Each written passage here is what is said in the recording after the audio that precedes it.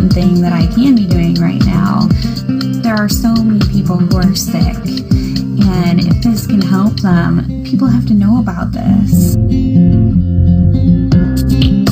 It's fantastic that I get to share this with my family, that we're doing this together, and that we both feel so passionately about it. She was on over 40 different medicines. She had been on methotrexate and Plaquenil, one of those which nearly destroyed her vision. All the potent anti-inflammatories, the Vioxx and the Celebrex, and was on all sorts of painkillers and all sorts of antibiotics. She had classic steroid toxicity. Her face was the shape of a moon because there's a lot of swelling that occurs in the face. At the age of 16, was diagnosed with juvenile rheumatoid arthritis, and that evolved into a lupus condition, a diagnosis of interstitial cystitis, an autoimmune disorder. Bedridden 4 years. Her mother thought she would never survive. I went to talk to William as a friend and as a doctor about his experience with patients and how they use cannabis. Seeing what the juicing did for me, using it in this form, was so significant. It changed my life. About 4 to 6 weeks after I started on juicing every day, I had no more back pain. I didn't need pain pills. I felt the best I ever had. A lot of people think cannabis and pot are not medicine. I had stumbled on an article in Scientific American in December 2004. They had an article on marijuana as the brain's own marijuana, and they introduced the idea that the body produces compounds that are very similar to those found in marijuana or cannabis. Cannabis actually goes upstream. It provides feedback from the postsynaptic nerve to the presynaptic nerve, which was unheard of in neurochemistry. I mean, all neurotransmissions were unidirectional, and all of a sudden, swimming against the force of that are these little cannabinoid molecules that tie the whole system together. The phytocannabinoids from this plant augment the body's attempt to restore and increase function to a normal level. So it mimics the regulatory system of cellular physiology. And recently, the Food and Drug Administration has approved of CBD, which is a cannabinoid like THC, one of 80 cannabinoids. The federal patent compares vitamin C, vitamin E, and CBD, or cannabidiol. CBD turns out to be more potent than either of those two.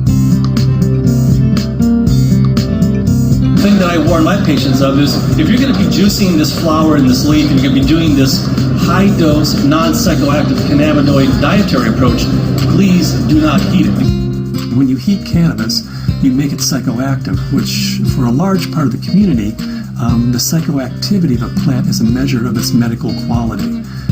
But it's really quite the inverse. If you heat or age cannabis in any way, you're destroying some of the medicinal properties of it. To use the plant effectively, we have to use it the way it evolved over 34 million years, which is raw. Because when it's raw, the THC is bound up as THC acid. It requires aging, drying, so as a hunter-gatherer, we gather this plant and we notice, wow, as this plant ages, it changes character and suddenly has a psychoactive effect. I think that's the most exciting area of cannabis research, is looking at non-psychoactive cannabinoids. Because if you do heat it, you'll decarboxylate the THC acid, and you're going to have 600 milligrams of THC acid with the CBD acid. You would be unconscious probably the better part of the week. Between heating the plant, whether that's in a sucker, a cookie, a baked good, a butter, vaporized, smoked, all of those techniques convert THC acid, which is non-psychoactive, into THC and provide you with that 10 milligram dose. But if you eat the plant raw, then THC acid is the way it's found in the plant. It's not psychoactive. The juicing allows you to get up to the 500 to 600 milligrams, which is 60 times more than you could tolerate if it was heated. This treatment is not psychoactive. People don't have to be stoned when they take it. They can take it and go to work. They can take it and play with their kids. It's hard for me to understand laws against something like green leaf therapy and to think that prednisone is legal. We're still fighting the stigma of marijuana back from the 20s, 30s, 40s, 50s. I was a prosecutor for 8 years in Mendocino County, so I know it from both as a defense attorney and as a prosecutor. The 1972 Controlled Substances Act said that marijuana has no medical value whatsoever. The federal government has a patent on its medical properties. The Food and Drug Administration has approved of it as investigative new drug. I have not found the United States to be very open about cannabis research. In order to print an article in a peer-reviewed journal, you have to use cannabis that they have certified for your study. And there are physicians who have waited 3, 4, 5, 6 years, some even longer than that, to just get a sample. The federal government's been kind of schizophrenic in the way it looks at marijuana. It says it has no medical value under that act, but at the same time, the federal government has been funding research in marijuana for years, for decades, and they've even patented certain strains of marijuana because they recognize it has that medical value. The California Narcotic Officers Association does not believe in medical marijuana. They believe it's all a big scam, and that's how they train law enforcement officers. Law enforcement is allowed to take a percentage of all assets that are forfeited and seized under the state and federal asset forfeiture laws. So it takes the really enlightened and compassionate law enforcement officer to recognize that these medical marijuana laws are designed to protect patients. I was trained when someone had marijuana, you took them to jail. There wasn't a medicine use for marijuana. It's an illegal substance, and people went to jail for it. In 1996, California took a huge leap. I didn't support Proposition 215 because of the education I had, the experience I had, and what I had seen through the illegal marijuana gardens that I had seen throughout my career. Since 1996, I have changed my opinion somewhat. I believe there is a very clear medicinal use for marijuana. That being said, I believe that there are a large percentage of people who use marijuana as an excuse to either make profits or for recreational. The people who use marijuana for the true intended use that the voters pass, medicinal, I'll do everything I can to support their rights. There's many more things that law enforcement can be focused on than medicinal marijuana. And I don't want to give the impression at all that I support people who are growing marijuana for medical purposes 364 days of the year, and then one day a year they make a big sale for a couple $100,000, and they're a commercial seller that one day of the year. They're the people who are causing problems for the people who really and truly need and can use medical marijuana.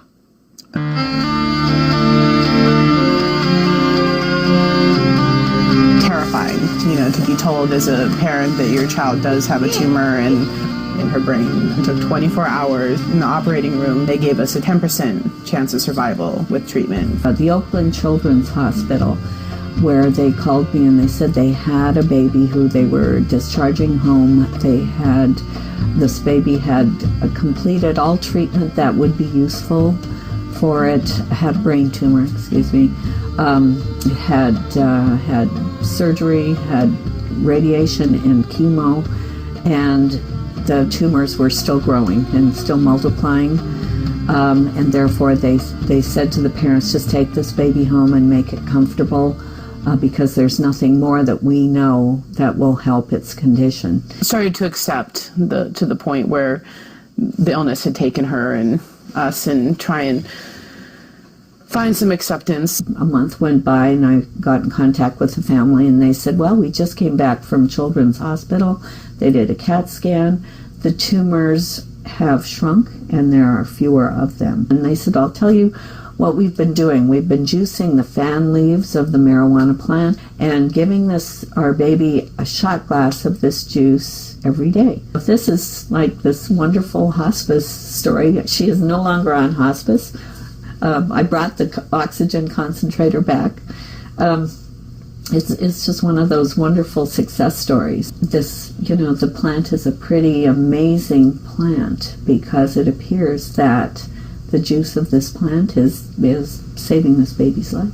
Here we have something that can really change people's lives. I mean, I was laying in bed, catheterized, thinking that physicians were just trying to make me comfortable. They really didn't think that there was anything more that they could do, and that I may not live to be 30, which I am now. That was the best I could hope for. the best I could hope for was taking enough methadone and Percocet every day that I just didn't feel anything at all. I'd gotten in touch with Dr. Courtney because we had received a doctor's recommendation from one of his patients, and in it asked that they start juicing the leaves and having capsules and a few other items which I didn't know anything about. So after I contacted him, I was really excited to hear that there might be some other alternatives to the smoking of the cannabis. These are friends we've had in the past year. He said, your father's not the same as he was when we first met him, and he seems to be much more alive and much, doing a lot more and more active. And I had informed them that it was because of the juice that he had been taking. Right after we started juicing, that he seemed to be more active. We would do things out in the garage more, and he wouldn't spend so much time in his chair. We have ran out periodically in the last year and a half, and that's what made me convinced that he needed it, because when he would run out, he would have trouble getting out of the car. I had 4 doctors tell me that I should have a hysterectomy. You either have no ovaries, or at the very least you're sterile. That my endometriosis was so bad I would never be able to have a child. Despite very potent birth control, despite being sterile, Zahaya decided she was going to come join the party.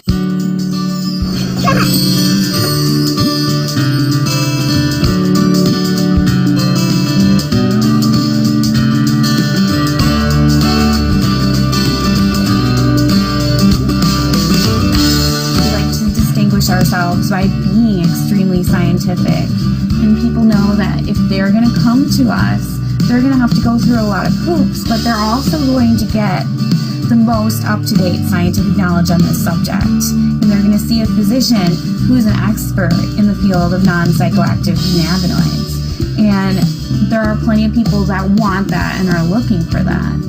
We opened our 5th office in Luxembourg. Their government is really sympathetic and open. There's an international group studying autism and CBD in Luxembourg. There's a physician there who's writing cannabis scripts who's also a senator, and we've been working with him, Senator Columbera. The government may be actually funding experiments in a research center using cannabis, in large part because of Dr. Courtney's work with non-psychoactive cannabinoids and Senator Columbera's work with cancer patients. There are now facilities for testing plants, and there's been more progress made in the last 5 to 6 months. A new strain in from Spain called Canatonic, 6.9% CBD. That's a 700% increase over Northern Lights, which is our previous high producer.